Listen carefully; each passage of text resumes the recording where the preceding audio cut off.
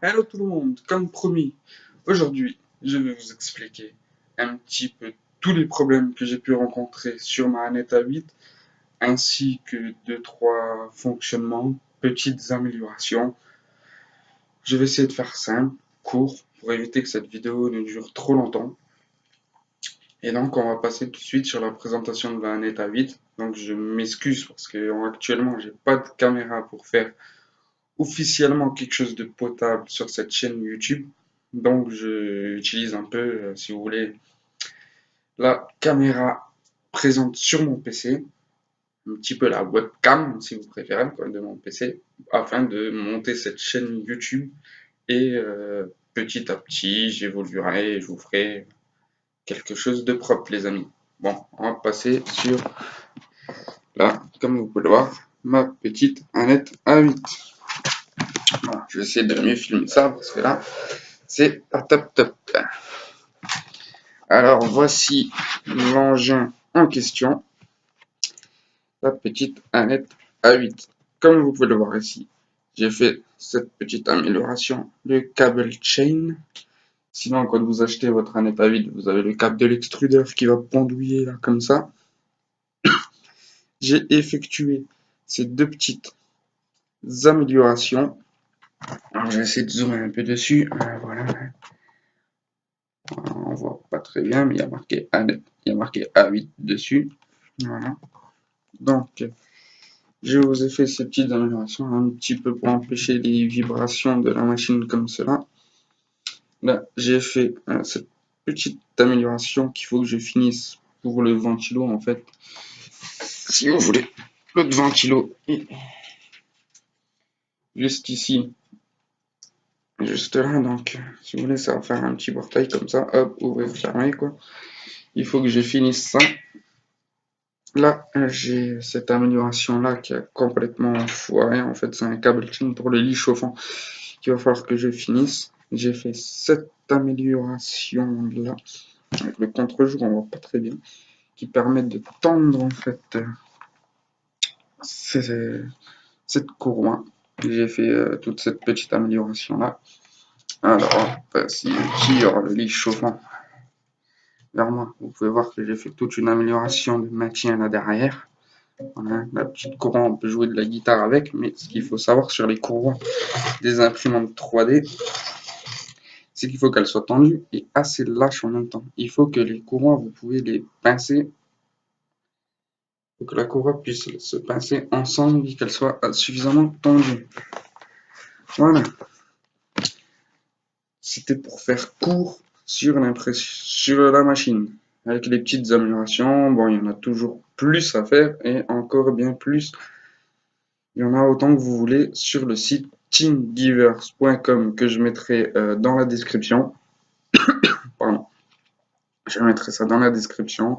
Il y a tout un tas de fichiers que vous pouvez aller télécharger pour modifier votre Aneta 8, ainsi que tout un tas d'autres fichiers que vous pourrez vous amuser à télécharger et recréer grâce à votre machine, mais j'expliquerai tout ça dans une prochaine vidéo. Donc voici un petit peu le genre de choses que on peut imprimer qui était déjà de base dans la Aneta 8. Quand vous la recevez, vous recevez une petite carte micro SD que je vais juste vous montrer à quoi ça ressemble. Hop, voilà. Une petite carte comme ceci, une micro SD que vous pouvez mettre dans votre téléphone, dans votre, que je dise pas de bêtises, dans votre tablette. Non, et voilà. Donc voilà, je vais vous montrer ça. Alors, voici un des soucis que j'ai eu. La carte de la Aneta 8. En fait, le merde, comment on appelle ça? Là, ici, la prise du tapis chauffant a cramé. Du coup, cette carte-là m'est totalement inutile. Donc en fait, voilà, vous prenez votre micro SD, vous l'insérez juste ici dans votre machine. Hop, ça fait clac, c'est inséré, vous n'avez plus qu'à imprimer ce qu'il y a dessus. Alors, ensuite, sur les imprimantes 3D, ce qu'il faut savoir, c'est que plusieurs types de fils à plusieurs degrés différentes d'impression est possible.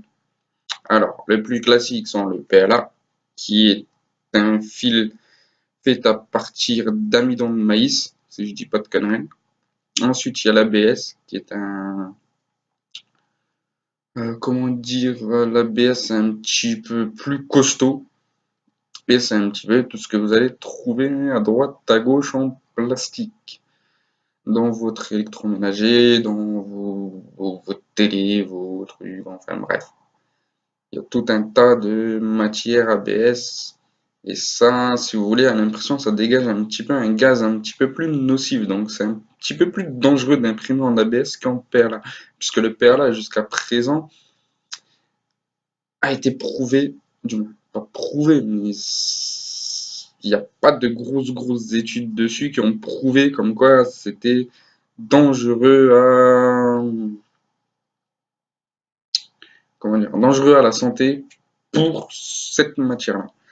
Donc là, je vous ai présenté la petite statuette que j'ai déjà imprimée.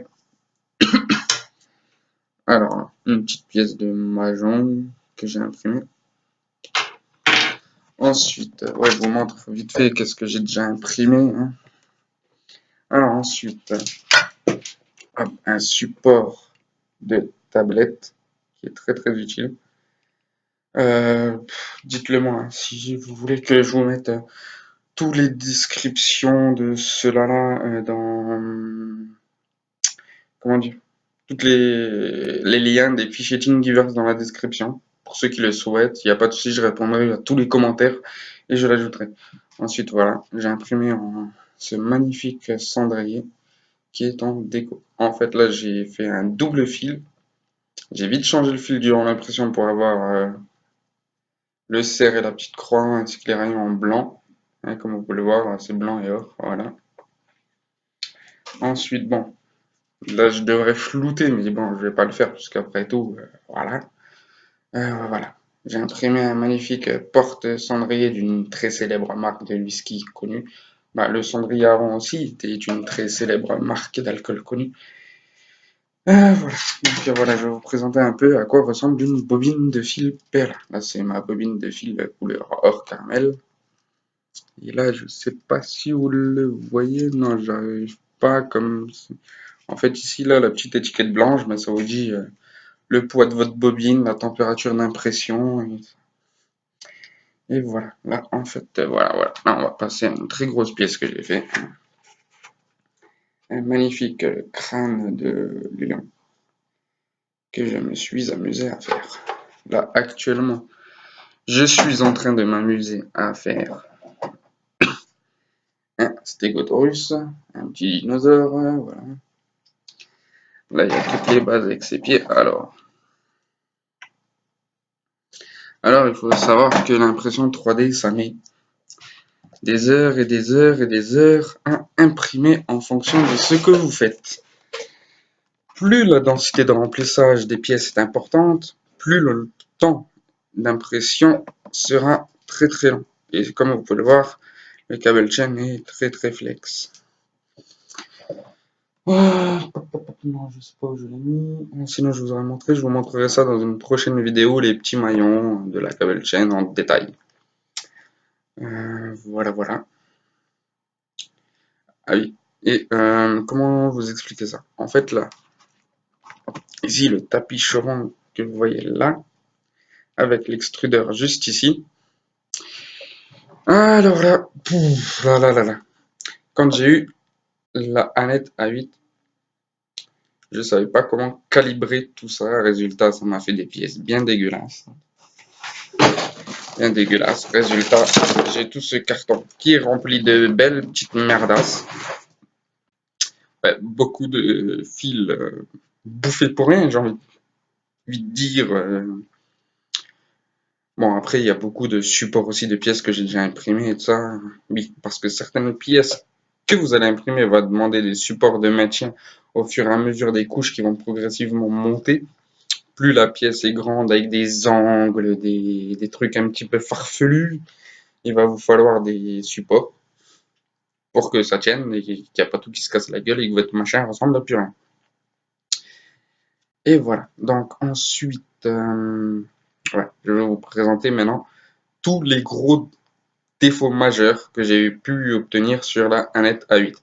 Alors, premier défaut majeur, c'est ma part, j'ai fait le con. Vous recevez une petite clé USB avec la petite carte SD où il y a plusieurs fichiers explicatifs sur la 1net A8. Le problème, c'est qu'à ce moment-là, moi, mon PC avait cramé. Donc, du coup, toute cette petite carte SD, j'ai foutu dans ma tablette, j'ai supprimé tout ce qu'il y avait dessus, j'ai téléchargé des fichiers TeamViewer, je les ai mis dedans et j'ai commencé à vouloir imprimer des trucs. Résultat des cours, j'ai loupé beaucoup d'explications, ce qui m'a fait défaut. Et résultat des courses, alors, bon, comme j'ai pu l'expliquer avant, j'ai le tapis chauffant qui a cramé. Je sais pas pourquoi, pourtant, j'avais revu un ami Tommy Desrocher qui fait beaucoup d'impressions 3D, qui est au Canada, qui a monté sa chaîne YouTube. D'ailleurs, je le remercie parce que grâce à lui, j'en ai appris pas mal sur l'impression 3D. Et donc, il disait qu'il était possible de mettre une petite MOSFET sur l'impression 3D pour éviter que le tapis chauffant ne se mette à cramer dû à l'intensité du courant qui passera beaucoup moins et tout ça. Donc, du coup, j'ai fait cette amélioration et j'ai plus eu de soucis. Voilà. Et donc, maintenant, je vais vous parler d'autres gros soucis que j'ai eu. Alors, il faut juste que j'attrape ça. Hop, voilà, viens par ici. Alors, les impressions de longue durée où la machine se met totalement à bugger et à failli foutre le feu chez moi à la maison. Alors, voici la catastrophe. Comme vous pouvez le voir, ça a littéralement cramé. On dirait une belle fiente d'oiseau. Désolé du terme, mais voilà. Résultat des courses, j'avais lancé ça, ça met 2 ou 3 heures à imprimer, et résultat des courses, la machine s'est bloquée dans la petite entaille que vous pouvez voir là, et résultat, tout le PLA a commencé à fondre du l'extrudeur qui chauffe à 195 degrés. Donc résultat des courses, ça a fait foutre le feu chez moi, cette petite connerie. Mais bon, tout ça parce que j'avais pas lu les explications, que j'avais effectué un petit peu des belles petites conneries de gros débutants. Et donc, personnellement, faites bien gaffe à l'impression 3D. J'ai mis ça où? Et je vous montre juste ça, voilà. Allez, bien par ici. En fait, voilà. Là, je vous l'ai démonté. Hein. Là, il y a l'extrudeur. Hein. Comme vous pouvez le voir, voilà, il y a un peu de pelle à coller dessus. C'est la buse d'impression qui est de 0,4 mm ou micron, je sais pas trop. Quand vous recevez votre Annet A8. Ensuite, là, il y a cette petite tige filetée. Alors, celle-ci, faire bien gaffe quand vous la remontez, la changez ou quoi que ce soit parce que c'est extrêmement fragile.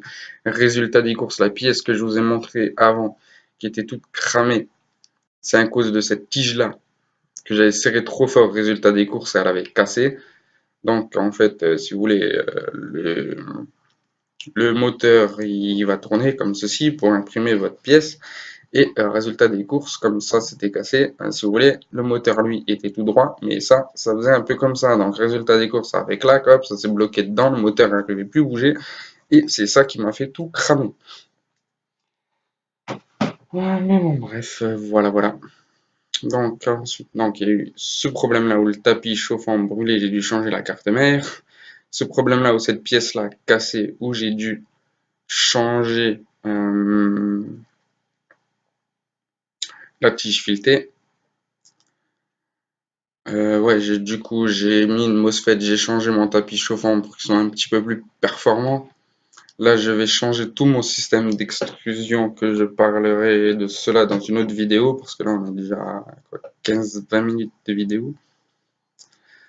Et donc, ben voilà, je vous remercie beaucoup. Si les 2-3 petites explications effectuées vous ont plu, n'hésitez pas à liker, commenter, afin de faire vivre cette toute nouvelle chaîne. Alors je sais que pour l'instant je fais pas des vidéos extraordinaires, que mes yeux ne vous regardent pas tout le temps parce que disons que avec la webcam du PC c'est un petit peu compliqué pour l'instant de faire des vidéos. Je fais au mieux possible. J'essaierai de progresser dans tout ça. Et donc, je vous remercie beaucoup.